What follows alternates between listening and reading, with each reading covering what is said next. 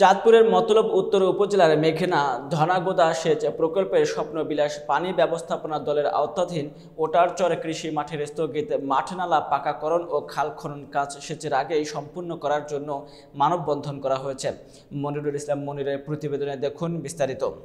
রবিবার বিকেলে স্বপ্নবিলাস পানি ব্যবস্থাপনা দলের আয়োজনে মতলব উত্তর উপজেলার ওটারচর কৃষি মাঠে এই মানববন্ধন অনুষ্ঠিত হয়।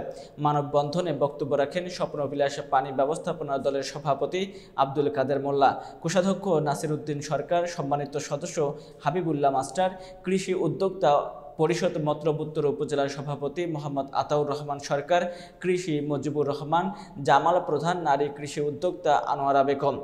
স্বাগত বক্তব্যে হাবিবুল্লাহ মাস্টার বলেন, আমাদের ওটারচরে মাঠ নালা ও খাল খননের কিছু কাজ হয়েছে, কিছু কাজ হয় নাই। বাকি কাজগুলো সেচ শুরুর আগে সম্পূর্ণ করার জন্য মেঘনা ধনাগোদা পৌর বিভাগের নির্বাহী প্রকৌশলীর দৃষ্টি আকর্ষণ করছে। এছাড়াও জানুয়ারির 1 তারিখে পানি চাচ্ছি।